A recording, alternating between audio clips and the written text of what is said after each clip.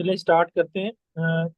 और आज का जो लेक्चर है वो एबीजीज पे है। मंडे और ट्यूसडे को इंशाल्लाह हम इलेक्ट्रोलाइट्स कवर करेंगे। और आपका जो शेड्यूल है इंशाल्लाह टुनाइट या कल सुबह तक शेयर हो जाएगा। सो एबीजी इंटरप्रिटेशन पे आते हैं कि why we have to perform ABGs, हम क्यों करते हैं एबीजीज, कोई बताएगा? What are the indications?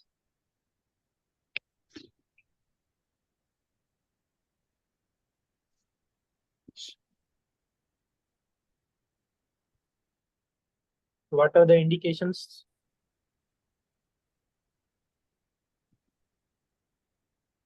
So to see the acid base status, to see the how well the lungs are working, electrolytes भी आप देख सकते हैं एबीजीज में से। ठीक है, तो मेन इंडिकेशन एबीजीज की यही होती हैं। तो how to collect the blood, कोई बताएगा एबीजीज का ब्लड कैसे कलेक्ट किया जाता है? If you are going to draw the samples from forearm arteries,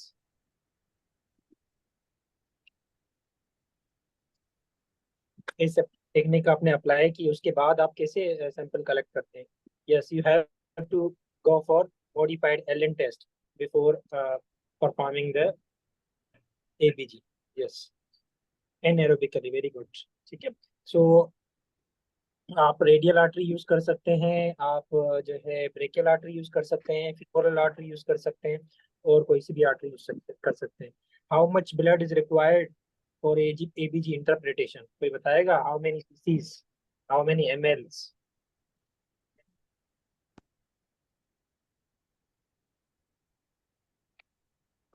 5 CC, 10 CC, 15 CC, कितने सीसी ब्लड चाहिए? 3 cc। 2 सीसी, दो, 2 एम। ठीक है, कम से कम 2 ml। प्री रिक्वेस्ट ही डॉक्टर हनीफ साहब ने पहले ही बता दी कि आपको एलन टेस्ट करना है। हाउ टू ट्रांसपोर्ट सैंपल, आपको सैंपल जो है वो ट्रांसपोर्ट करना है। आपका यूनिट नीचे है, आईसीयू ऊपर है, दूसरी मंजिल पे है। आप विदाउट जो है आइस पैक भेज सकते हैं। अगर 15 से 20 मिनट के अंदर अंदर आपका सैंपल एग्जामाइन हो सकता है तो देयर इज नो नीड। ठीक है। डिस्टेंस पे है काफी लेबॉर्टरी, 30 मिनट तो डिस्टेंस में लगेंगे, बाइक पे जाके कार पे जाने में लगेंगे। तो इसकी वजह से अगर ऐसा है तो फिर आपको आइस पैक, कूल पैक की जरूरत पड़ेगी। ठीक है। What about venous sample, can we use the venous sample to analyse ABG? अगर कोई मरीज है उसका खुदा ना खास्ता जो है वो वीनस ब्लड निकल गया है और आपने जो है वो एनालाइजर में एनालाइज भी कर दिया है। यस, बीबीजीज जो है वो उसको हम इस्तेमाल कर सकते हैं, ये इस्तेमाल नहीं कर सकते। यस, हम कर सकते हैं। कौन सी ऐसी कंडीशन है जिनमें हम बीबीजीज को इस्तेमाल नहीं कर सकते और एबीजीज लाजमी है, चाहिए? मीन्स कौन सी कंडीशन है जिनमें आर्ट्रियल और वीनस अगर एनालिसिस हम करेंगे सैंपल्स ब्लड की? Yes, COPD, yes. तो ये एक आर्टिकल एक बुक में से मैंने लिया है। या वीक्यू मिसमैच में आप नहीं कर सकते। अगर मरीज को कार्डियो रेस्पिरेटरी इनसफिशिएंसी है तो आप नहीं कर सकते। मरीज फॉर एग्जाम्पल शॉक में है तो आप नहीं कर सकते। ठीक है। तो ये उन्होंने कहा है कि we can use the VBG, और इतना ज्यादा डिफरेंस नहीं है एक्सेप्ट पेशेंट, अगर पेशेंट का कार्डिक आउटपुट अच्छा नहीं है और पेशेंट मैकेनिकल वेंटिलेशन में है तो इन दो कंडीशन में आप वीबीजी को इस्तेमाल नहीं कर सकते। आर्ट्रियल और वीनस ब्लड में जो है क्या फर्क होता है? हाइड्रोजन आयन जो होते हैं आर्ट्रियल ब्लड में 40 होते हैं, वीनस ब्लड में थोड़े से ज्यादा होते हैं, इसलिए वीनस ब्लड की पीएच थोड़ी सी कम होती है। पीएच आप देख लें 7.40 और 7.36 है, arterial and venous respectively. Carbon dioxide आप देख लें वीनस ब्लड में थोड़ा सा ज्यादा है, बाइकार्बोनेट जो है वो भी वीनस ब्लड में ज्यादा है। ठीक है। सो यू कैन यूज, अगर लो कार्डिक आउटपुट स्टेट है या मरीज को जो है वो मैकेनिकल वेंटिलेशन पे है तो आप वीनस ब्लड को इस्तेमाल नहीं कर सकते। सो जब भी हम एबीजीज को इंटरप्रेट करते हैं तो हम इस तरीके से लिखते हैं, पहले pH followed by the partial pressure of carbon dioxide, partial pressure of oxygen, bicarbonate, and oxygen saturation. So whenever you are going to interpret any ABG, you have to remember first following steps. First step क्या होता है जब भी आप interpret करते हैं किसी भी एबीजी को? तो पहला स्टेप क्या होता है? सर वैलिडिटी चेक करते हैं। वैलिडिटी। वैलिडिटी। वैलिडिटी से पहले वो बहुत इंपॉर्टेंट है। अगर वो नहीं है तो हो सकता है कि आप मिसगाइड हो जाए। पीएच से पहले डॉक्टर अनीफ साहब, वैलिडिटी से पहले हिस्ट्री, हिस्ट्री इज इम्पोर्टेंट ना, ठीक है। तभी मैंने एक खाली छोड़ा है पेज आपके लिए कि हिस्ट्री इज इम्पोर्टेंट।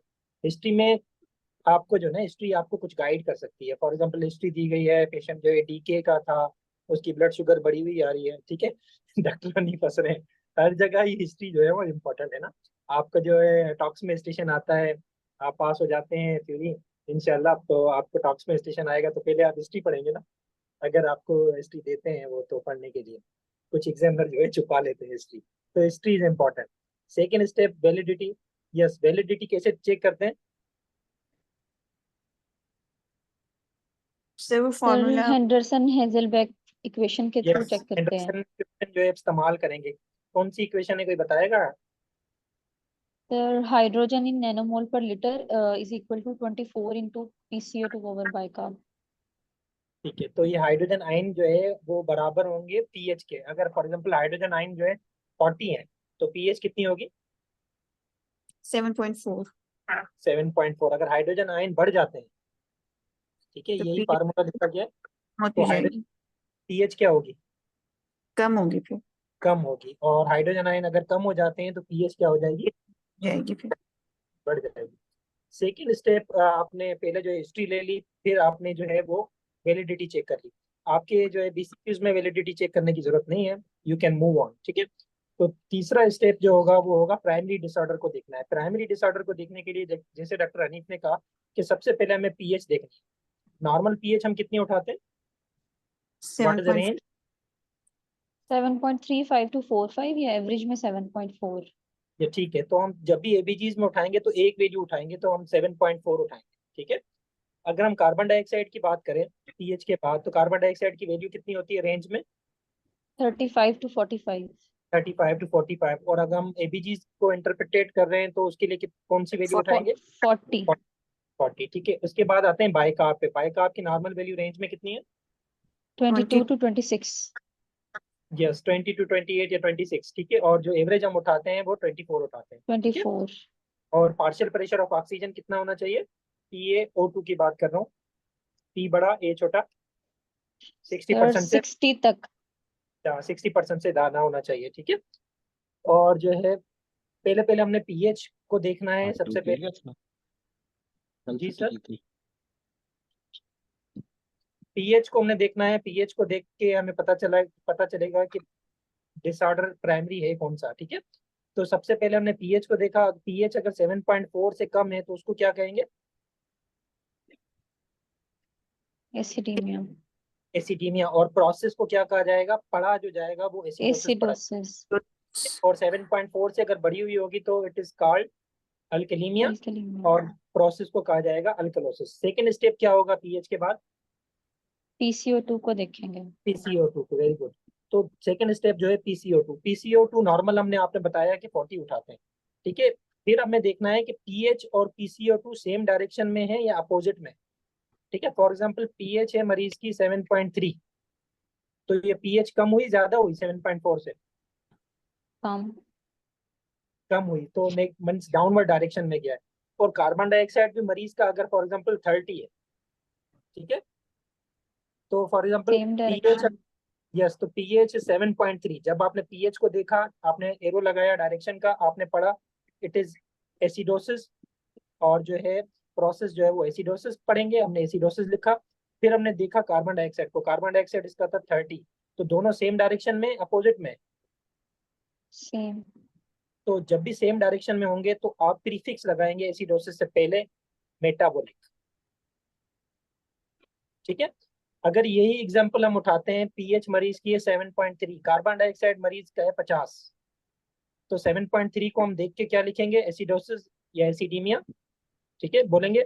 और कार्बन डाइऑक्साइड इसका 50 है, तो 50 जो है वो बड़ा है, बड़ा हुआ है, कम है नॉर्मल से? पड़ा हुआ है। बड़ा हुआ है, तो अपोजिट डायरेक्शन में। पीएच डाउनवर्ड डायरेक्शन में है, कार्बन डाइऑक्साइड अपवर्ड डायरेक्शन में। तो उस प्रोसेस को हम कहेंगे रेस्पिरेटरी। तो रेस्पिरेटरी एसिडोसिस लिखेंगे, ठीक है। ये देख लें, pH downward carbon dioxide downward, तो metabolic acidosis. pH 7.3, carbon dioxide 50 है। pH को देख के हमने लिख दिया एसिडोसिस, कार्बन डाइऑक्साइड को देख के हमने लिख दिया रेस्पिरेटरी। ठीक है, तो pH और carbon dioxide are in opposite direction. Third example है pH 7.5 है, कार्बन डाइऑक्साइड 30 है, ये क्या होगा?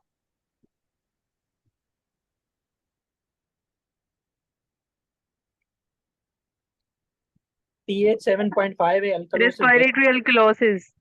और कार्बन डाइऑक्साइड जो है सेम डायरेक्शन में, अपोजिट डायरेक्शन में।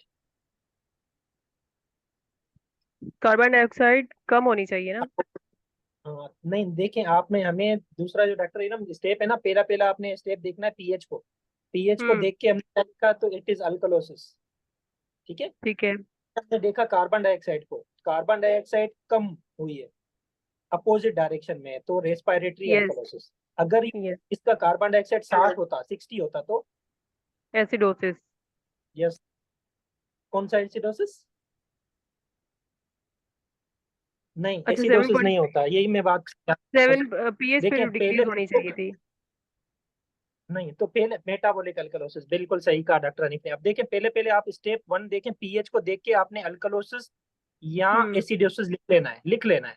ठीक है, फॉर एग्जांपल पीएच इसकी 7.5 ही है, और कार्बन डाइऑक्साइड इसका जो है वो 50 है, तो 7.5 को आपको देख के लिख लिया आपने, क्या लिखा? अल्कलोसिस। अल्कलोसिस। ठीक है, अब आपने देखना है कि कार्बन डाइऑक्साइड नॉर्मल होता है 40, इस मरीज का फॉर एग्जाम्पल है 50, तो दोनों सेम डायरेक्शन में है, पीएच भी यस बड़ी है, एरो ऊपर की तरफ है, कार्बन डाइऑक्साइड का भी एरो ऊपर की तरफ है, तो अगर दोनों सेम डायरेक्शन में होंगे तो उसको कहेंगे मेटाबॉलिक। ठीक है, ओके। अगर पीएच 7.5 है, कार्बन डाइऑक्साइड 50 है, तो क्या होगा? मेटाबॉलिक अल्कलोसिस, जैसे ऑडियंस ने कहा है। ठीक है, इसमें तो रेस्पिरेटरी अल्कलोसिस होगा। ठीक है, ये समझ में आया डॉक्टर इरम? Yes yes. चलिए ठीक है, आगे चलते हैं। अब ये एग्जांपल है पीएच 7.8, कार्बन डाइऑक्साइड 80, क्या है? ये दोनों सेम डायरेक्शन में है ना, तो फिर मेटाबॉलिक अल्कलोसिस। पहले आप बोले अल्कलोसिस, ठीक है, फिर आप देखें कि कार्बन डाइऑक्साइड भी सेम डायरेक्शन में है, तो मेटाबॉलिक अल्कलोसिस। ठीक है, यस, वेरी गुड, ऑडियंस बिल्कुल करिए। सो हमें जो पता होना चाहिए कि जब भी मेटाबॉलिक कोई प्रॉब्लम होगा, फॉर एग्जांपल हम मेटाबॉलिक एसिडोसिस बोल रहे हैं या मेटाबॉलिक अल्कलोसिस बोल रहे हैं, तो उसमें कल्प्रिट जो है, जो मेन जो प्रॉब्लम है, वो बाइकार्ब है। ठीक है, और जब रेस्पिरेटरी की बात करेंगे, मतलब कार्बन डाइऑक्साइड, मतलब लंग्स इन्वॉल्व है। ठीक है, सो स्टेप्स जो हम करते हैं, पहले पहले हमने हिस्ट्री ली, हिस्ट्री को देखना है, फिर वैलिडिटी को चेक करना है। बीसीक्यूज में आप वैलिडिटी को छोड़ सकते हैं, क्लिनिकल वाले नहीं छोड़ सकते। प्राइमरी डिसऑर्डर को हमने देखने के लिए हमने क्या किया, पीएच और कार्बन डाइऑक्साइड को जो है वो कैलकुलेट किया। फिर हम चेक करेंगे कंपनसेटेड है या नहीं है, मतलब मिक्स डिसऑर्डर तो नहीं है। उसको चेक करने के लिए हर जो है डिसऑर्डर का एक एक फार्मूला है, वो आपको याद करना पड़ेगा। वो कैसे देखते हैं, हम देख आते हैं। अब जब भी डिसऑर्डर मेटाबॉलिक होगा, मतलब मेटाबॉलिक डिसऑर्डर में किस चीज का मसला होता है, बाइकार्ब का होता है या कार्बन डाइऑक्साइड का होता है? बाइकार्ब का, यस, डॉक्टर फातिमा सोनिया ने भी ठीक कहा है। ठीक है, जब भी मेटाबॉलिक डिसऑर्डर होगा तो बाइकार्ब का मसला होगा, और रेस्पिरेटरी डिसऑर्डर होगा तो कार्बन डाइऑक्साइड का मतलब मसला होगा। तो कंपनसेशन चेक करने के लिए हमें क्या करना होगा, जब भी मेटाबॉलिक प्रोसेस होगा तो हमें कार्बन डाइऑक्साइड चेक करनी पड़ेगी। उससे हमें पता चलेगा कि कोई मिक्स डिसऑर्डर, कोई डबल डिसऑर्डर, कोई ट्रिपल डिसऑर्डर तो नहीं है। जब भी रेस्पिरेटरी मसला है तो उसमें हमें बाइकार्ब चेक करना होगा कंपनसेशन चेक करने के लिए। तो पहले पहले आपने हिस्ट्री देखनी है, वैलिडिटी देखनी है, पीएच और कार्बन डाइऑक्साइड से आपको पता चल जाएगा कि प्राइमरी डिसऑर्डर कौन सा है। फिर आपको कंपनसेशन चेक करनी है, लाजमी चेक करनी है। ठीक है, अब आते हैं मेटाबॉलिक एसिडोसिस पे। पहले पहले मेटाबॉलिक एसिडोसिस को पढ़ेंगे। मेटाबॉलिक एसिडोसिस में आपको पता है पीएच कम होगी, 7.3, 7.2, 7.35, 7.4 से कम हो रही है। कार्बन डाइऑक्साइड भी सेम डायरेक्शन में कम जा रहा है, तो हमने तभी उसे कहा मेटाबॉलिक एसिडोसिस। अब हमें क्या चेक करना है, कंपनसेशन। कंपनसेशन के लिए हम विंटर्स फार्मूला इस्तेमाल करते हैं। कोई बताएगा विंटर्स फार्मूला क्या है? 1.5 इंटू बाइकार्ब प्लस 8। यस, ये भी है, और 1.2 डिफरेंस इन बाइकार्ब -40, +-2 का वैसे ही आपको पता है डिफरेंस होता है, तो ये आप ये भी कर सकते हैं। अब फॉर एग्जांपल एक मरीज है जिसका मैंने सिनेरियो दिया है, आपको ये सॉल्व करना है। PH is 7.3, carbon dioxide is 30, bicarb is 3, bicarbonate is 10। अब पीएच को आपने देखा, पीएच कम है ज्यादा है? रिड्यूस्ड है, कम है। कम है, तो आपने लिख लिया एसिडोसिस। पढ़ेंगे एसिडोसिस प्रोसेस को, ठीक है? आपने एसिडोसिस लिख लिया, एसिडीमिया, ठीक है? फिर आपने दूसरे नंबर पे स्टेप किया, कार्बन डाइऑक्साइड को देखा। कार्बन डाइऑक्साइड कम है ज्यादा है? कम। कम है, तो दोनों सेम डायरेक्शन में जा रहे हैं या अपोजिट में? पीएच भी दोनों कम सेम हो रही है नीचे की तरफ, दोनों सेम साइड पे है ना, ठीक है? तो प्रोसेस को हम कहेंगे मेटाबॉलिक। पहले हमने लिखा था एसिडोसिस, उसके आगे हमने प्रीफिक्स लगा दिया मेटाबॉलिक, तो हमें पता चल गया ये मेटाबॉलिक एसिडोसिस है। अब मेटाबॉलिक एसिडोसिस हमें प्राइमरी डिसऑर्डर पता चल गया। सेकेंड स्टेप जो हमारा होगा, नेक्स्ट स्टेप जो हमारा होगा, उसमें हम चेक करेंगे कंपनसेशन। तो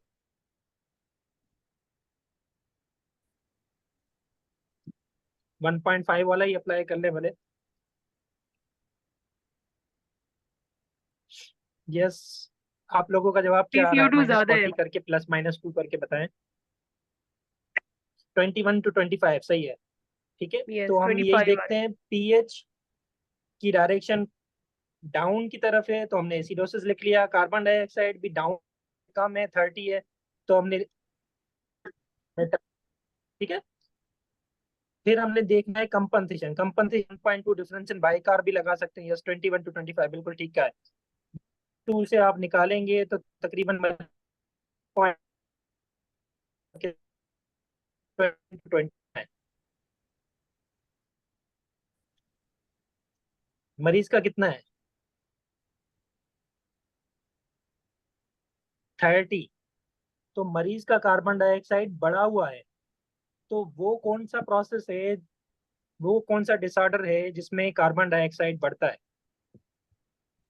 रेस्पिरेटरी की बात कर रहे हैं। Yes, respiratory respiratory acidosis. Acidosis. तो इस मरीज में मिक्स डिसऑर्डर हो गया। यस, तो मिक्स डिसऑर्डर हो गया बिल्कुल, रेस्पिरेटरी एंड मेटाबॉलिक एसिडोसिस। अब मेटाबॉलिक एसिडोसिस आता है तो फिर आपको पता है नेक्स्ट स्टेप भी करने होते एनोइन हैं। गैप। चलो नेक्स्ट सवाल आपके लिए, पीएच 7 पॉइंट। आप पेन और पेज उठा सकते हैं, कैलकुलेटर भी इस्तेमाल कर सकते हैं, वहां आपको सब कुछ दिया जाएगा। तो pH pH 7.3, carbon dioxide is 18 by 10। जी, हाँ क्लास ले रहा था आपकी आवाज नहीं आ रही है। सुन रहा होता है यहाँ पे। 7.3 carbon dioxide 18 by carb is 10।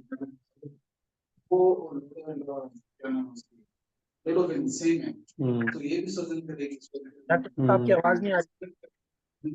जो pH 7.3 carbon dioxide 18 by carb 10 हाँ, उनकी नजर में बेहतर होगी वो। कैलकुलेट। ब्लड प्रेशर इस पे कंट्रोल है। मैंने इनसे पहले पूछा था सोजन तंग करती है या नहीं, इस पे ब्लड प्रेशर पीएच कम कंट्रोल है, क्या होगा? ये किसी का माइक चल रहा है पीछे, प्लीज ये क्लोज करवा दें, शोर आ रहा है। रहती है पाँव पे, उसका नुकसान नहीं होता कोई भी। पीएच कम है तो क्या होगा? तो 7.3 से कम है तो आप क्या लिखेंगे? एसिडोसिस। कार्बन डाइऑक्साइड कितना है? 18 है। कम है ज्यादा है? कम है, एसिडोसिस, मेटाबॉलिक एसिडोसिस। कम है, तो क्या हो गया? अब आप चेक करें कंपनसेशन। कंपनसेशन के विंटर्स फार्मूला लगाएं। मेटाबॉलिक एसिडोसिस आ रहा है, डॉक्टर फातिमा सोनिया ने कहा है। चलो आप कर लें, तो फिर हम आगे जवाब की तरफ देखते हैं। जवाब भी इसमें लिखा हुआ है।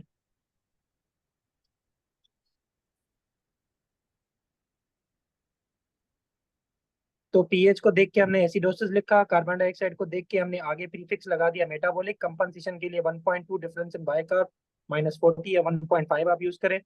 तो इसमें जो है वो आ रहा है, 23 कितना आ रहा है? बाइकआउट।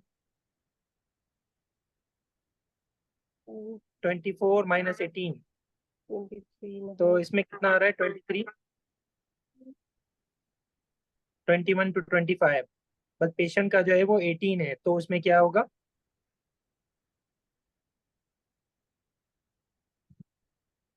तो इसमें मिक्स डिसऑर्डर कौन कौन से हुए? एक तो मेटाबॉलिक एसिडोसिस हुआ, दूसरा कौन सा हुआ?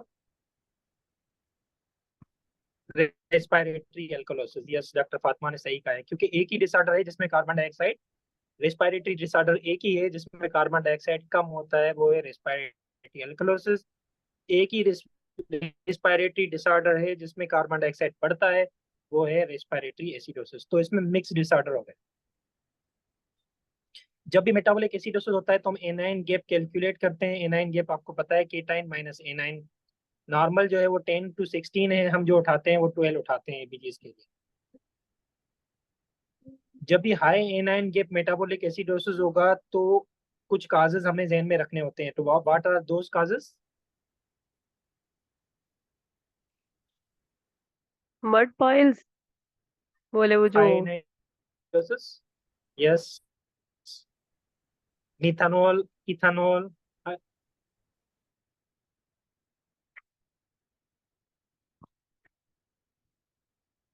गोल्ड मार्क इसका वो है gold mark, yes. Glycol, oxyproline, gold lactic mark, acidosis, ठीक है, से भी आ डायबिटीज, मेथनॉल, एस्पिरिन टॉक्सिसिटी, हाँ। रीनल तो फेलियर एंड और कीटोएसिडोसिस। यस, तो ये है high anion gap metabolic acidosis की काजेस। अगर normal anion gap metabolic acidosis आ रहा है तो उसके काजेस कौन से हैं? Diarrhoea, RTA, ileal conduit and recovery phase yes, of decay, acetazolamide, RTA और recovery phase of decay, yes, hyper acetazolamide, alimentation. Yes, yes, uraemia में कौन सा होता है? अगर मरीज को एंड स्टेज रीनल डिजीज है तो नॉर्मल एनाइन गैप होगा, हाई एनाइन गैप होगा? हाई एनाइन गैप होगा, यस। अगर मरीज सीकेडी में है तो उसको normal anion gap metabolic acidosis हो सकता है सीकेडी में, ठीक है। तो डिफरेंशियल ऑफ आरटीए को हम कैसे डिफरेंशिएट करते हैं, टाइप 1, टाइप 2 और टाइप 4 को?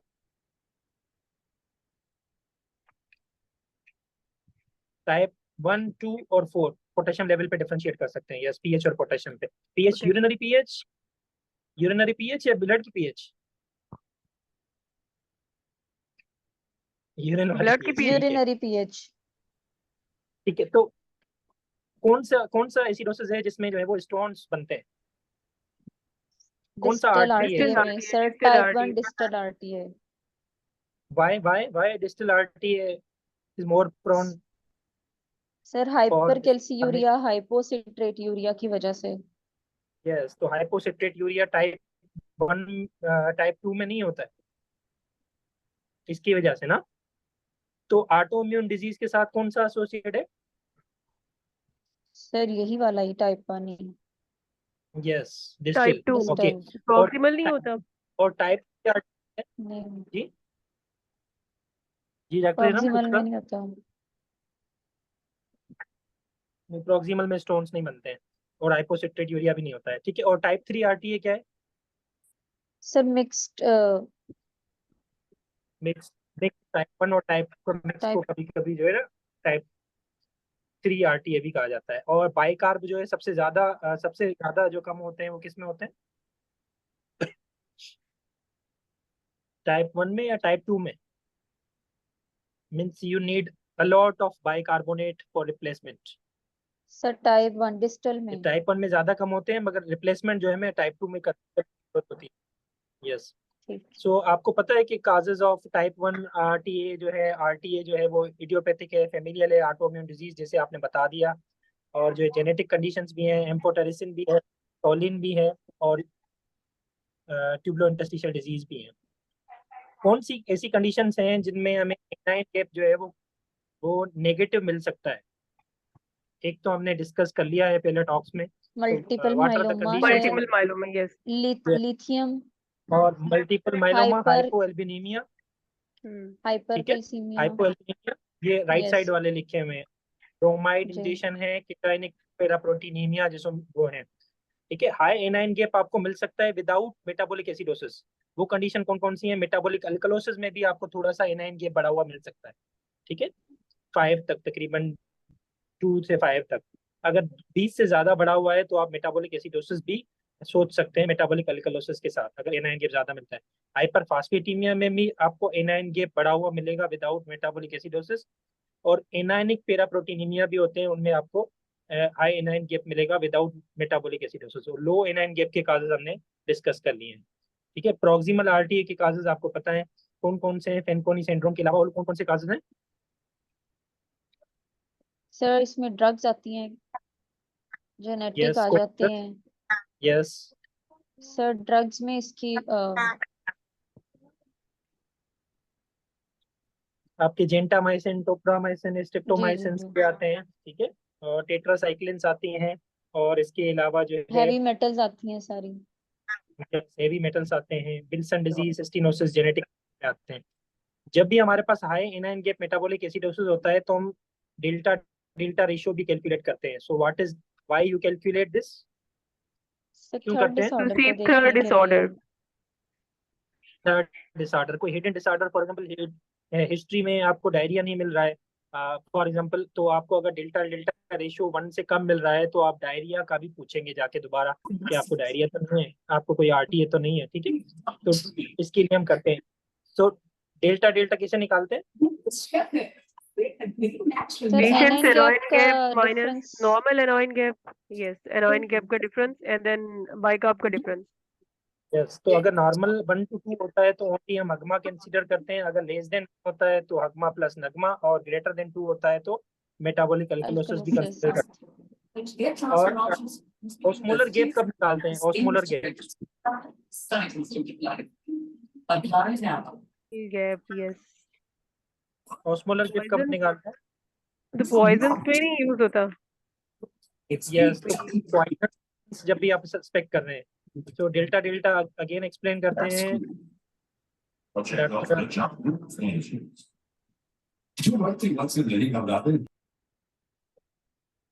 ठीक है, तो डेल्टा डेल्टा रेशियो हम जो कैलकुलेट करते हैं difference in anion gap, anion gap का डिफरेंस निकालते हैं। मतलब फॉर एग्जांपल एक मरीज है जिसका एनाइन गैप निकल रहा है 25, तो 25 में से 12 को माइनस करेंगे नॉर्मल को, तो हो गया डिफरेंस। और डिफरेंस निकालेंगे बाइकार्ब का, बाइकार्ब का डिफरेंस। फॉर एग्जांपल एक मरीज है जिसका बाइकार्ब जो है, share A file in the meeting, okay okay sir, share कर।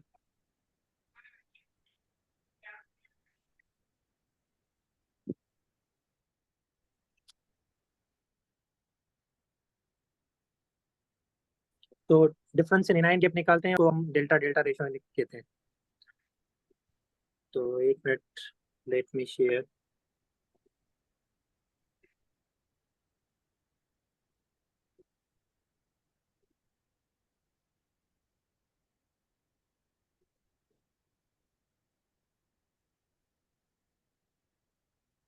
देखें शेयर हुई।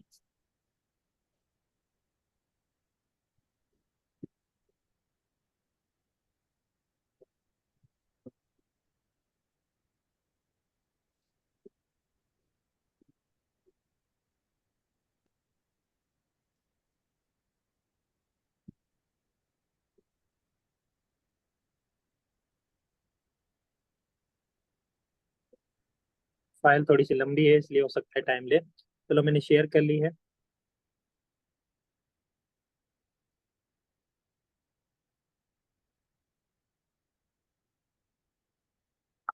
So difference in anion gap, difference in bicarb जो है वो हम उसको डेल्टा डेल्टा रेशियो कहते हैं। फॉर एग्जांपल एक मरीज का एनाइन गैप है 25, तो 25 से हम 12 को माइनस करेंगे, डिफरेंस इन एनाइन गैप। फिर बाइकार्ब मरीज का फॉर एग्जांपल 30 है तो 30 में से हम जो है 24 को माइनस करेंगे नॉर्मल को, तो हो गया 6। तो 13 को डिवाइड करेंगे 6 से, जो वैल्यू आएगी वो हमें बताएगी कि जो है अनदर कोई डिसऑर्डर मौजूद है या नहीं है। फॉर एग्जांपल अभी इसकी वैल्यू फॉर एग्जांपल 2.1 आ रही है किसी मरीज की, तो हम बोलेंगे इसमें high anion gap metabolic acidosis तो था ही, उसके साथ इसके साथ जो है वो मेटाबॉलिक अल्कलोसिस भी आ रहा है, क्योंकि अगर 2 से वैल्यू ज्यादा आ रही है, ठीक है। तो अब ये आपके लिए एग्जांपल है, pH is 7.2, carbon dioxide is 20, pen और पेज उठा लें आप, bicarb is 8, sodium is 145। Yes, और अगर वैल्यू 1 से कम आती है आफ्ताब साहब, या 2 से ज्यादा आती है, अगर 1 से कम आती है तो हम बोलेंगे कोई normal anion gap metabolic acidosis भी मौजूद है, फिर हम दोबारा हिस्ट्री लेंगे या कोई इन्वेस्टिगेशन कराएंगे। अगर 2 से ज्यादा आ रही है तो हम बोलेंगे कि मेटाबॉलिक अल्कलोसिस भी मौजूद है। जिससे इस बीसीक्यूज हम जो है एक क्वेश्चन सॉल्व करेंगे तो हमें थोड़ा सा आइडिया होगा। हिस्ट्री इसमें नहीं दी गई, हिस्ट्री वाले क्वेश्चन में आपको क्लास के बाद शेयर करूंगा सॉल्व करने के। पीएच 7.2 है, कार्बन डाइऑक्साइड 20 है, बाइकार्ब 8 है, सोडियम 145 है, क्लोराइड 100 है, पोटेशियम 3.5 है। ये आप निकाल लें जब तक मैं देखूं कि फाइल शेयर हुई या नहीं हुई।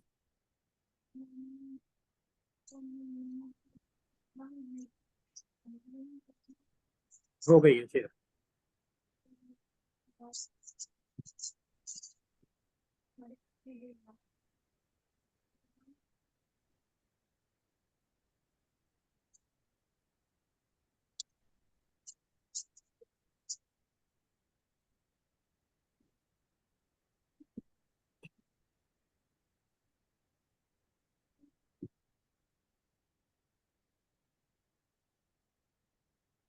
जो भी कर ले तो फिर वो सबको बताएगा सॉल्व करके कि आपका जवाब क्या आ रहा है।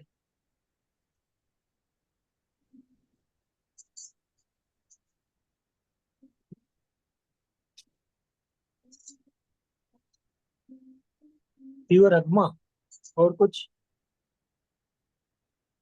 डेल्टा डेल्टा कितना निकल रहा है आपका? रेस्पिरेटरी अल्कोलोसिस भी है इसमें, रेस्पिरेटरी अल्कोलोसिस डिसऑर्डर, भी है। High iron gap metabolic acidosis और साथ में फिर हिडन डिसऑर्डर एक।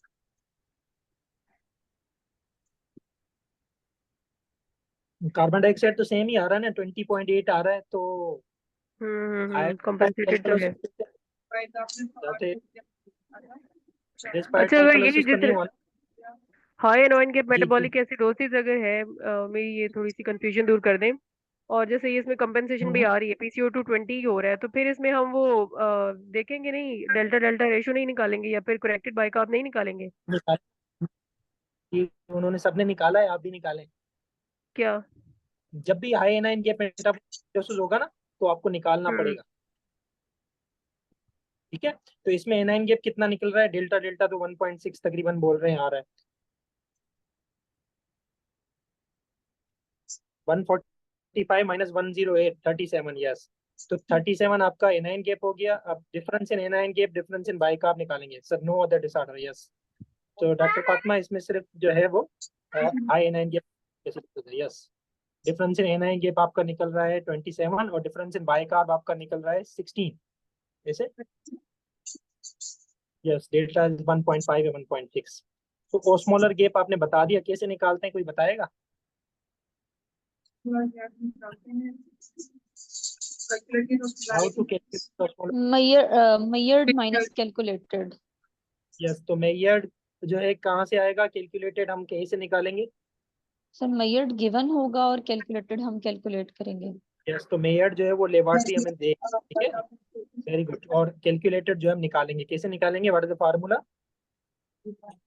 So 2 into serum sodium plus 1 divided by 2.8 and glucose divided by 18 if all these values are in milligram per dl.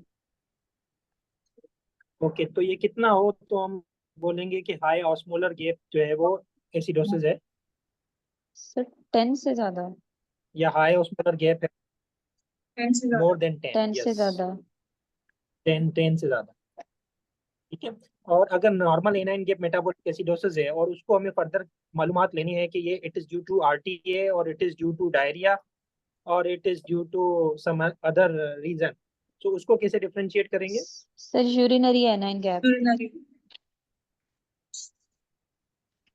Urinary anion gap, yes. Urinary anion gap जो है वो आपको differentiate करेगी। यूरिनरी एनाइन गैप जो है वो आप निकालेंगे, और जो है नॉर्मल जो है वो +30 टू +50 होती है, ये आरटीए के मरीजों में होती है। और नेगेटिव अगर मिल रही है, यस, उस पीएच तो पहले देखेंगे सर, पीएच तो बिल्कुल उससे पहले देखेंगे, बिल्कुल देखेंगे, ठीक है। और अगर आपको जो है नेगेटिव जो है यूरिनरी एनाइन गैप मिल रहा है, तो आप जो है डायरिया, सोचेंगे कि नॉन इसको रीनल डायरिया या कॉजेज है। यूरेट्रोसिक बॉन्डिंग, यस। तो doctor this was Sunil, all मेरा एक अबाउट। क्वेश्चन है। जी जी जी, पूछें। Excuse me doctor Sunil. अच्छा देखिए, इसके कंपनसेशन को, वही हिडन डिसऑर्डर को देखने के लिए हम करेक्टेड बाय कार्ब भी तो देखते हैं ना। जैसे डिफरेंस इन उसमें एनाइन था गैप, कि डिफरेंस इन बाइकार्ब, जी। यस, और नहीं नहीं, एल्ब्यूमिन नहीं उसमें आता। करेक्टेड बाय कार्ब के लिए ये होते हैं ना, anion gap minus actual anion gap plus bicarb, जो पेशेंट का बाय कार्ब है। तो अगर उसके अकॉर्डिंग करें तो ये दो फिर इसमें, सॉरी। जी जी, ये दो तरीके हैं मालूमात लेने के। अगर आप डेल्टा डेल्टा मैं करना आपको चाहें यही तो सही बता है। रही हूँ, और मैं आपको जी, यही दोनों बता रही हूँ आपको ना जो, कि अगर इसके अकॉर्डिंग करें। जी अगर इसके अकॉर्डिंग करें तो फिर इसमें एक थर्ड डिसऑर्डर भी आ रहा है, मेटाबॉलिक अल्कलोसिस भी आ रहा है, ओ सॉरी रेस्पिरेटरी अल्कलोसिस भी आ रहा है। और अगर इसके अकॉर्डिंग ना करें, वो डेल्टा डेल्टा गैप के अकॉर्डिंग करें तो उसमें 1.5 आ रहा है, उसमें ओनली हैगमा आ रहा है। ठीक है, तो हम डेल्टा डेल्टा अगर आप कर रहे हैं तो 1.5 आ रहा है, ठीक है। अगर उस तरीके से कर रहे हैं यस, तो वो कितना निकल रहा है? वो कितना निकल रहा है? 37 आ रहा है मेरे पास तो। 37 आ रहा है, एक सेकंड, नहीं तो 33 आ रहा है, सॉरी 37 तो एनोइन गैप था ना। तो 37 minus 12 and then plus bicarb, तो तो अगर 24 से कम 33 होता आ है रहा है तो वो। मीनिंग क्या? हाँ, और 30 से ऊपर होता है तो उसकी मीनिंग होती है मेरे ख्याल तो से मेटाबॉलिक अल्कलोसिस है। 24 हाँ, से कम आ रहा है तो अल्कलोसिस। उसका मतलब होता है कि इसका फार्मूला क्या है, कोई बताएगा? उसका फॉर्मूला यही है ना, उसमें patients anion gap minus normal anion gap plus patients bicarb. नहीं मैडम, ऐसे नहीं है, ये फार्मूला करेक्टेड मैं आपको बाइकार्ब देख का के ना यही बताता हूँ। फॉर्मूला है, हम्म, मेरे पास तो यही लिखा हुआ है। नहीं नहीं, आपके पास ये लिखा हुआ है? आप चेक करें। हाँ, मुझे चेक करना पड़ेगा। किसी और को याद है तो बता दे फार्मूला। मुझे तो मेरे ख्याल से यही लग रहा है कि क्योंकि मैंने कहीं से पढ़ा था तो ऐसे लिख लियो। यस, किसी को पता मैंने है भी तो प्लीज पढ़ा था मगर करेक्शन मैं भूल गया। कर दें। Roman and 9 gap plus 12 मेरे ख्याल से किसी का sodium plus chloride plus bicarbonate है 9 gap, ठीक है। करेक्टेड है 9 gap में आप जो है वो ऐड करते हैं, और करेक्टेड एल्ब्यूमिन 1 है, albumin 2.5, and 9 gap increased by on 1 albumin above normal, below normal 0.5 बढ़ता है, इसको मतलब देखेंगे, इस सिस्टम को देखेंगे और जो है इसको हम एल्ब्यूमिन दोबारा मेरे जो है ख्याल से देखते इसमें हैं नहीं इसमें क्या आता आता। है। मुझे ये करेक्टेड बाइकार्ब की बात कर रहे हैं ना हम। ये करेक्टेड बाइकार्ब नहीं है, ये करेक्टेड है, ये डेल्टा डेल्टा का दूसरा फार्मूला है जिसकी मदद से भी आप जो है ना वो एडिशन डिसऑर्डर को देख सकते हैं। उसमें जो है मुझे ख्याल से डिफरेंस इन एनाइन गैप आता है, और इसके अलावा +8 करना पड़ता है, और उसकी वैल्यू जो है वो देखनी पड़ती है। 24 to 30 जो है नॉर्मल होती है, 24 से कम हो तो मेटाबॉलिक एसिडोसिस, और 30 से ज्यादा हो तो मेटाबॉलिक अल्कलोसिस भी होता है, ये एडिन डिसऑर्डर को अच्छा, देखने ये के लिए। जो मैं बता रही हूँ आपको वो करेक्टेड बाइकार्ब है, उसमें 22 to 26 होता है, इन बिटवीन अगर हो तो हैगमा है, और अगर लेस देन 22 हो तो साथ में नेगमा भी है, और अगर ग्रेटर देन 26 है तो फिर उसमें अल्कलोसिस वाला एलिमेंट भी है। मैडम ये इस ये हमने तरह से याद ही है। नहीं किया है। हमें एक ही अच्छा, चीज याद करती है हम, डेल्टा डेल्टा इसलिए। तो मेटाबॉलिक अल्कलोसिस में आते हैं। मेटाबॉलिक अल्कलोसिस में जो कल्प्रिट होता है वो बाइकार्ब होता है।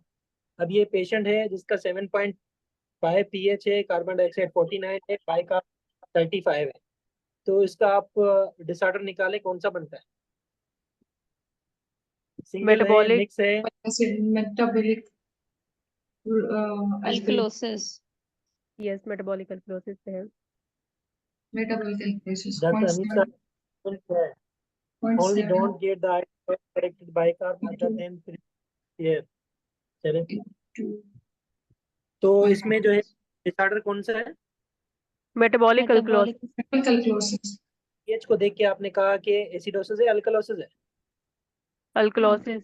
अल्कलोसिस है। कार्बन डाइऑक्साइड भी सेम डायरेक्शन में बढ़ा हुआ है 40 से, तो आपने कहा मेटाबॉलिक अल्कलोसिस है। अब जब भी मेटाबॉलिक अल्कलोसिस होगा या मेटाबॉलिक एसिडोसिस होगा, नेक्स्ट स्टेप हमारा जो होगा वो कंपनसेशन। करेक्शन फॉर एल्ब्यूमिन तो एनाइन गैप के लिए है, बिल्कुल सही कह रहे हैं आप कि अगर एनाइन गैप जो एल्ब्यूमिन कम होता है 1 ग्राम तो यू हैव टू 2.5। ठीक है, तो कार्बन डाइऑक्साइड बढ़ा हुआ था, पीएच बढ़ी हुई थी, तो पीएच को देख के हमने अल्कोलोसिस लिखा, उसके लिए हमने प्रीफिक्स लगा दिया मेटाबॉलिक। कंपनसेशन के लिए हम फार्मूला जो अप्लाई करते हैं 0.7 या 0.75 difference in bicarb +40।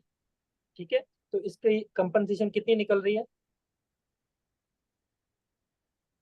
0.75 difference in bicarb +40 47। निकालें, कितनी? 47। 47 में कितनी है? 49।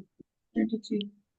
तो तकरीबन 48.25, और जो है हम्म 0.75 उठा रहे हैं तो 48.25। तो प्योर जो है वो 24. मेटाबॉलिक अल्कलोसिस है। अल्कलोसिस। तो जब भी Yes. मेटाबॉलिक उसको हम क्लासीफाई करने के लिए क्या इस्तेमाल करते हैं? डिफरेंस में कितना है? सर इसमें 47.7 तक आ रहा है, तो हम इसको 49, थोड़ा सा ही डिफरेंस है, तो इसको सिंगल ही कंसिडर करेंगे फिर। जी जी जी, सिंगल। Yes, +-2 हो सकता है। तो ठीक अगर है। 0.75 उठा रहे हैं तो तकरीबन 48.25 मतलब 49 ही बनता है। 47 आप 0.7 ही उठाएं, कोई इशू नहीं। Yes, तो 7.7 आ रहा है जब ना। जब भी हमारे पास मेटाबॉलिक अल्कलोसिस होगा तो हम यूरिनरी क्लोराइड कैलकुलेट करते हैं। क्यों? डिसऑर्डर देखने के लिए कि रीनल कॉज है, कॉज देखने के लिए कि रीनल कॉज है या फिर कोई और एक्स्ट्रा रीनल कॉज है। तो हम काज को डिफरेंशिएट करते हैं कि सेलाइन रिस्पॉन्सिव है या सेलाइन अनरिस्पॉन्सिव है। अगर यूरिनरी क्लोराइड कम होगा, जैसे फॉर एग्जांपल वॉल्यूम डिप्लीशन का मरीज है कोई, जिसको वोमिटिंग हो रही है, या कोई उसको डायूरेटिक प्रोलॉन्ग फेज में डायूरेटिक दिए गए हैं, तो उसमें यूरिनरी क्लोराइड हमें कम मिलेगा। और अगर मरीज को हम सेलाइन देंगे कि पेशेंट जो वो रिस्पॉन्ड करेगा। अगर 20 से ज्यादा है तो फिर हम जो है वो अदर काजेज सच एज जो हाइपर अल्डोस्टेरोनिज्म वाले काजेज जो है वो सोच सकते हैं, सस्पेक्ट कर सकते हैं। ठीक है, तो these are the causes of metabolic alkalosis. Metabolic alkalosis में एनाइन गैप आप कैलकुलेट करेंगे? यस करेंगे। करेंगे। तो माइल्ड अगर एलिवेटेड है तो कोई मसला नहीं है, अगर 20 से ज्यादा है तो फिर आप मेटाबॉलिक एसिडोसिस का काज भी सर्च करेंगे फिर। ठीक है, ये इट इज मोर देन 20, बिल्कुल ठीक कहा है आपने डॉक्टर आफ्ताब साहब ने। ठीक है, और what is the role of pendrin, कोई बताएगा? व्हाट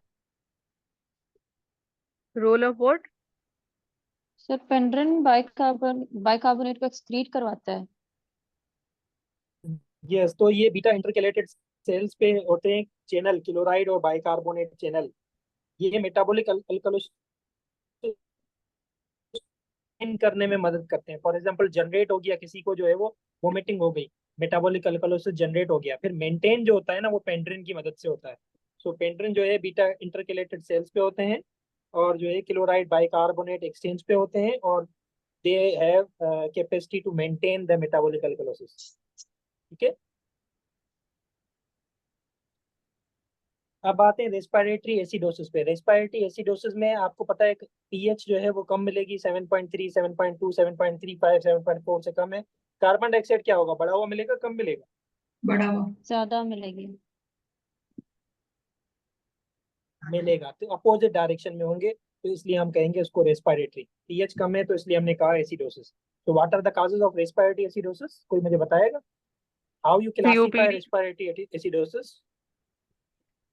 यस, तो अक्यूट और क्रॉनिक में acute and क्लासिफाई किया chronic. जाता है। Yes. तो अक्यूट Uh, का मतलब क्या है? अक्यूट बोलेंगे हिस्ट्री कब की हो, how much duration, within 24 hours. Less than 48 hours, Okay. 2 days. 2 days से कम हो, ठीक है, 2 डेज से कम हो तो आप बोलेंगे अक्यूट। ठीक है, और तो what are the causes of respiratory acidosis? Acute में sedative drugs होती हैं और ARDS, OP poisoning, pneumonia, sepsis and malignant hyperthermia, CNS नमूनिया lesions. Sepsis, ये रेस्पिरेटरी अल्कलोसिस कराएंगे। एसिडोसिस कौन कराएगा, मतलब रेस्पिरेटरी डिप्रेशन कौन कराएगा?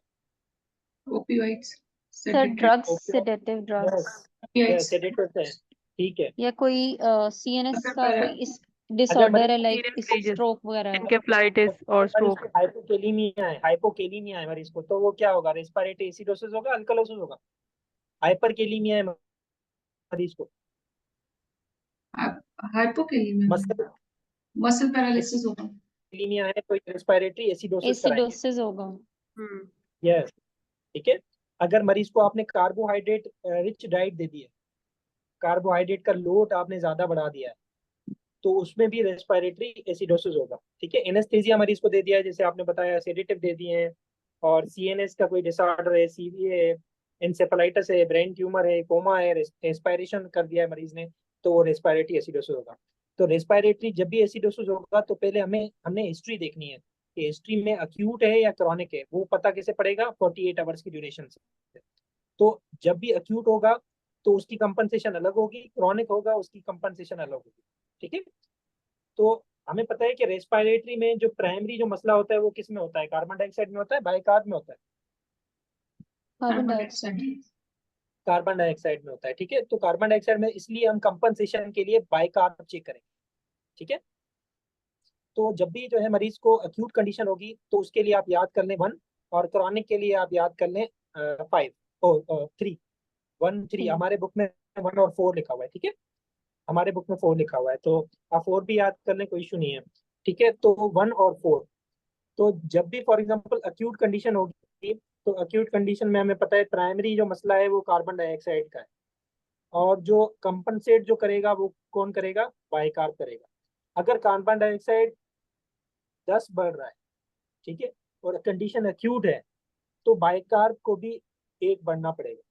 ठीक है, अगर फॉर एग्जांपल क्रॉनिक है तो 3 बाइकार्ब करना पड़ेगा। अब हम जो है वो एग्जाम्पल पे आते हैं, फिर आपको थोड़ी सी बात समझ में आएगी। फॉर एग्जांपल अक्यूट कंडीशन है, में लिखा हुआ है पीएच है 7.3, कार्बन डाइऑक्साइड है 60, बाइकार्ब है 18। तो आप कैलकुलेट करें क्या निकल रहा है, आप कंपनसेशन भी निकालें, उसके बाद नेक्स्ट स्लाइड में इसका 30, 40, 50, 60 तो होना चाहिए। ठीक है, तो 10 पे 2 तो कितना होता है, 2 मिलियन गैप 18 फोर 24 फोर का डिफरेंस,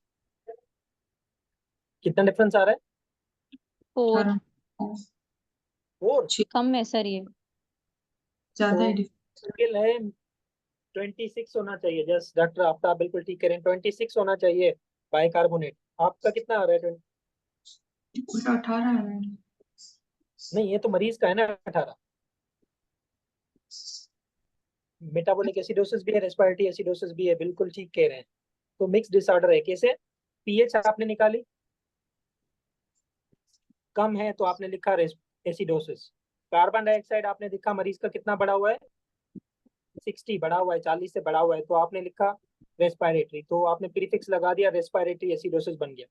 अब बाइकार्बोनेट में कैलकुलेट करना है कितना होना चाहिए मरीज का, नॉर्मल 24 होता है। ठीक है, अगर 20 कार्बन डाइऑक्साइड इसका बढ़ा है, क्योंकि इसका कार्बन डाइऑक्साइड कितना है, 60 है, नॉर्मल से कितना बढ़ा है, 26 होना चाहिए एक्यूट 40 से 20 बढ़ा है तो 60 बना है। तो बाइकार्बोनेट भी 2 बढ़ना चाहिए, तो 24 + 2 होना चाहिए 26। इस मरीज का कितना है, इसका तो कम है 18 है। 18। तो एक ही कंडीशन है बॉडी में, मेटाबॉलिक कंडीशन एक ही है जिसमें बाइकार्बोनेट कम होता है, वो होती है मेटाबॉलिक एसिडोसिस। तो इसमें आप मेटाबॉलिक एसिडोसिस बन गया तो इसमें एनाइन गैप भी निकालेंगे। अगर मैंने इलेक्ट्रोलाइट्स दिए होते तो आपको एनाइन गैप भी निकालना पड़ता। अगर एनाइन गैप इसका बढ़ा हुआ आता तो उसको आप जो है वो high anion gap metabolic acidosis level करते, फिर आप इसको डेल्टा डेल्टा भी निकालते। ठीक है, समझ में आया किसी को, किसी को समझ में ना आया तो पूछ सकता है। तो बाइकार्बोनेट जो है वो बढ़ा हुआ है, ठीक है, इसका कम होना चाहिए, नहीं सर कम है, कम बड़ा है, होना चाहिए। सॉरी सॉरी, इसका कम है, और जो है बढ़ा हुआ होना चाहिए, 26 होना चाहिए। उर्दू में भी मैंने लिखा हुआ है। ठीक है, 26 होना चाहिए था, मगर बाइकार्बोनेट कम है तो मेटाबॉलिक एसिडोसिस भी। तो ये भी कंडीशन अक्यूट है, इसको कैलकुलेट करके देखें। 7.1 है, कार्बन डाइऑक्साइड 80 है, बाइकार्बोनेट 30 है। 24 प्लस 2 3 4 28 होना चाहिए। ये एक्सप्रेस है तो इसमें 30 है, इसमें बढ़ा हुआ है, 30 तो कौन सी 30 होना इसमें चाहिए। नहीं 28 होना चाहिए। बाइकार्बोनेट बढ़ा हुआ है, कौन सी कंडीशन है बॉडी में, मेटाबॉलिक वो है मेटाबॉलिक मेटाबॉलिक। अल्कलोसिस। तो इसमें 2 डिसऑर्डर हो गए, एक respiratory acidosis with metabolic alkalosis. ठीक है, ये देख लें, पीएच को देख के हमने एसिडोसिस लिखा, कार्बन डाइऑक्साइड को देख के हमने प्रीफिक्स लगाया रेस्पिरेटरी। कंपनसेशन 40 कार्बन डाइऑक्साइड और बड़ा है तो बाइकार्बोनेट को भी 4 बढ़ना चाहिए। ठीक है, सो मेटाबॉलिक अल्कलोसिस आल्सो प्रेजेंट। तो इसमें 2 डिसऑर्डर हो गए। रेस्पिरेटरी अल्कलोसिस जो है उसमें पीएच आपको पता है बढ़ेगी, कार्बन डाइऑक्साइड कम होगा। ठीक है, तो what are the causes of respiratory alkalosis? chronic liver Hypoxemia. disease, Yes, salicylates, yes. और sepsis, ओके, पल्मोनरी एडिमा बताया, और pregnancy, anxiety, यस, प्रोजेस्टेरॉन है जैसे, यस, और PLD, ARDS है, पल्मोनिज्म है, PLD, CHF, यस डॉक्टर एकदम सही बता रही है, पेन है, ठीक है, एंजाइटी है, साइकोसिस है, ठीक है। तो these are the causes of respiratory alkalosis. जब भी रेस्पिरेटरी एल्कलोसिस होगा तो हमें पता है सबसे पहला स्टेप जो है, हमने प्राइमरी डिसऑर्डर को डायग्नोस कर लिया है, फिर हम कंपनसेशन चेक करेंगे। कंपनसेशन में ये डिसऑर्डर जो होता है रेस्पिरेटरी एल्कलोसिस कार्बन डाइऑक्साइड की वजह से होता है, ठीक है। तो कंपनसेशन में हम बाइकार्बोनेट चेक करेंगे। तो बाइकार्बोनेट का फार्मूला ये है, कार्बन डाइऑक्साइड कम हो रही है तो बाइकार्बोनेट भी कम होगा। अक्यूट में 2 और क्रॉनिक में जो है 5, ठीक है। तो अब एग्जाम्पल पे आते हैं, वो आप कैलकुलेट करेंगे। पीएच है मरीज की, pH 7.6, carbon dioxide 20, acute condition है।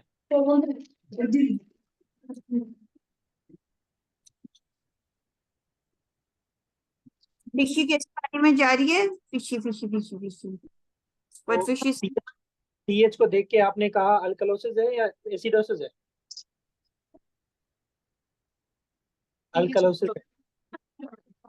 और कार्बन डाइऑक्साइड को देख के कहा आपने कि ये रेस्पिरेटरी है, क्योंकि दोनों अपोजिट डायरेक्शन में जा रहे हैं। रेस्पिरेटरी अल्कलोसिस बन गया, कंडीशन अक्यूट है। अभी कार्बन डाइऑक्साइड इसका कितना कम हुआ है?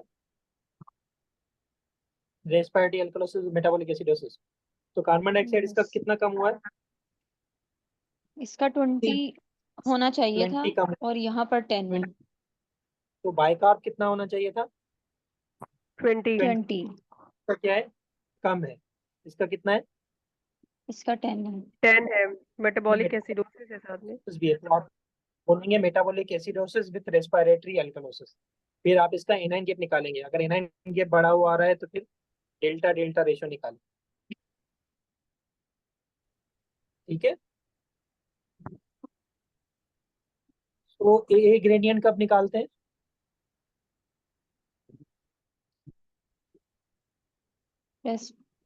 रेस्पिरेटरी एसिडोसिस,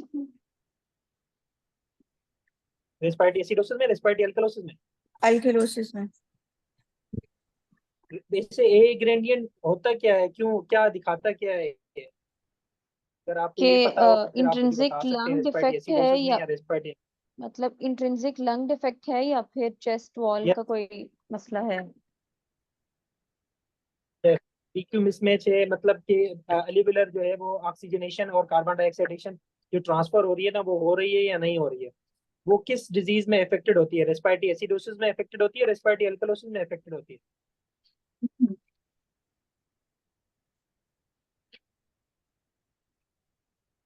सर क्या पूछा आपने? ये जो वीक्यू मिसमैच हो रहा है फॉर एग्जांपल मरीज में, या ऑक्सीजनेशन और कार्बन डाइऑक्साइड जो डिफ्यूजन हो रही है, ये इन दोनों में से कौन सी जो है कंडीशन में अफेक्टेड होगी? रेस्पिरेटरी एसिडोसिस में या रेस्पिरेटरी रेस्पिरेटरी अल्कलोसिस, अल्कलोसिस में? रेस्पिरेटरी अल्कलोसिस में। एसिडोसिस में नहीं होगी। सर मेरा तो ख्याल है होंगी। कॉजेज में ज्यादा रेस्पिरेटरी जब भी अल्कलोसिस की कॉज हाइपोक्सीमिया होती है होगा, ना। यस, तो जब भी हाइपोक्सीमिया होगा, हाइपोक्सीमिया की डेफिनेशन क्या है? ब्लड में PO2 कम होती है। यस, जब भी हाइपोक्सीमिया होगा तो आप ये ए ग्रेडियंट इस्तेमाल करेंगे। ये दोनों कंडीशन में हो सकता है ना। तो ये जो है नॉर्मल जो है 5 to 25 के दरमियान होता है, ठीक है। तो अगर 5 से कम है तो हाइपोवेंटिलेशन को शो करता है। हाइपोवेंटिलेशन किस कंडीशन में होती है आपको पता है? रेस्पिरेटरी एसिडोसिस में होती है। और जो है अगर 30 से ज्यादा है तो वो वीक्यू मिसमैच फॉर एग्जांपल आपको पल्मोनरी एम्बोलिज्म में मिल सकता है, ठीक है। तो ये दोनों कंडीशंस में हो सकती है ना, तो दोनों कंडीशन में आप निकाल सकते हैं। सो जब भी एसिड बेस एनालिसिस आप करेंगे तो पहले पहले आप हिस्ट्री लेंगे, हिस्ट्री के बाद वैलिडिटी चेक करेंगे। और क्लिनिकल वालों के लिए थ्योरी वाले स्किप कर सकते हैं। फिर हम देखेंगे कि पेशेंट जो है एसिडेमिक है या अल्कलेमिक है, मतलब पीएच को देखेंगे। फिर हम कार्बन डाइऑक्साइड की मदद से निकालेंगे कि प्राइमरी डिसऑर्डर कौन सा है। देन हम जो प्राइमरी डिसऑर्डर के बाद हम इसकी क्या क्या निकालेंगे, कंपनसेशन निकालेंगे। अगर मेटाबॉलिक एसिडोसिस मरीज का निकलता है तो फिर हम एनाइन गैप निकालेंगे। एनाइन गैप अगर बढ़ा हुआ आ रहा है तो कोई बात नहीं है खुरम साहब, तो इंटरनेट इशू का, अगर एनाइन गैप बढ़ा हुआ आ रहा है तो हम क्या जो है वो high anion gap metabolic acidosis के काजेस सस्पेक्ट कर सकते हैं। ठीक है, अगर नॉर्मल एनाइन गैप आ रहा है तो फिर आप यूरिनरी पीएच और जैसे डॉक्टर अनीफ साहब ने कहा, और उसके बाद यूरिनरी एनाइन गैप आप निकाल सकते हैं। मेटाबॉलिक अल्कलोसिस में जो है एनाइन गैप अगर 20 से ज्यादा है तो हम सस्पेक्ट कर सकते हैं respiratory additional disorder metabolic acidosis. Respiratory disorder होगा तो कंपनसेशन में हम बाइकार्ब चेक करें। So this was all about ABG. अभी आपकी डायबिटीज की शेयर की जाएगी, उसके बाद कुछ सवाल आज मैंने निकाल के रखे हैं एबीजीज के, वो आप शेयर सॉल्व करके बताइएगा। जी सर एक क्वेश्चन करना था। जब हम जी कंपनसेशन निकालते हैं तो कभी कभी ऐसे होता है कि 1-2 का फर्क आ रहा होता है। अब नॉर्मली तो हमें यही है कि 2 का भी फर्क आ रहा हो तो हम नेक्स्ट डिसऑर्डर पे चले जाते हैं। एमसीक्यूज में कुछ क्वेश्चन ऐसे हैं कि 2-3 का भी फर्क आ रहा होता है लेकिन वो सिंगल डिसऑर्डर बना रहा होता है। तो हमें यूं करना चाहिए या हम जिस तरह के रूल्स अब हमने बनाए हुए हैं कि कॉम्पनसेशन एडिक्वेट है इनएडिक्वेट है उसी पे रहना चाहिए कि सेकंड डिसऑर्डर बनाए? हाँ, तो कभी भी आप ऐसे नहीं बोलें कि एक सिचुएशन है बार आप 2-3 का फर्क आ रहा हो तो आप सिंगल डिसऑर्डर पे रहो, ऐसी हैं कुछ सिनेरियोस? जी, तो आप पहले तो आप कभी भी ये वर्ड यूज नहीं कीजिएगा कि पार्शियली कंपनसेटेड, फुली कंपनसेटेड। ठीक है, हमें सिर्फ ये बताना है कि सिंगल डिसऑर्डर है या मिक्स डिसऑर्डर है। ठीक है, और जी बाकी जी प्लस माइनस का जो है ना वो उन्होंने सिर्फ मेटाबॉलिक एसिडोसिस के लिए दिया है, जी। और बाकियों में तो आपको स्ट्रिक्ट रहना है। जैसे हमारे अच्छा में मतलब 1-2 का भी फर्क आ रहा है, जैसे मैं अभी भेजती हूँ 1-2 क्वेश्चंस ग्रुप में, अगर वो हाँ 1-2 का फर्क आ रहा है तो फिर आप बोलोगे ऑब्वियसली सेकंड डिसऑर्डर आ रहा है इसमें। हाँ, तो मसला ये है कि कुछ बुक्स है ना वो आपको पता है कि जो है ना एनाइन गेप का वैल्यू भी जो है ना डिफरेंस उठाते हैं। कोई 10 उठा रहा हो रहा है हाँ ये भी या 10 क्वेश्चन उठाता है, तो डेल्टा डेल्टा उसकी रेशियो वजह से, निकाल तो हाँ 12 तो को उसकी रखना है वजह से, 10 को रखना है? हाँ तो हम तो 12 ही उठाते हैं। अच्छा ठीक है, और मैकेनिकल वेंटिलेशन कब करेंगे? मैकेनिकल वेंटिलेशन रेस्पिरेटरी मरीज है, मैकेनिकल वेंटिलेशन आप कब करेंगे? कितनी पीएच हो? 7.1। 7.1 से कम हो, कार्बन डाइऑक्साइड 80 से ज्यादा हो, पेशेंट नीड मैकेनिकल वेंटिलेशन।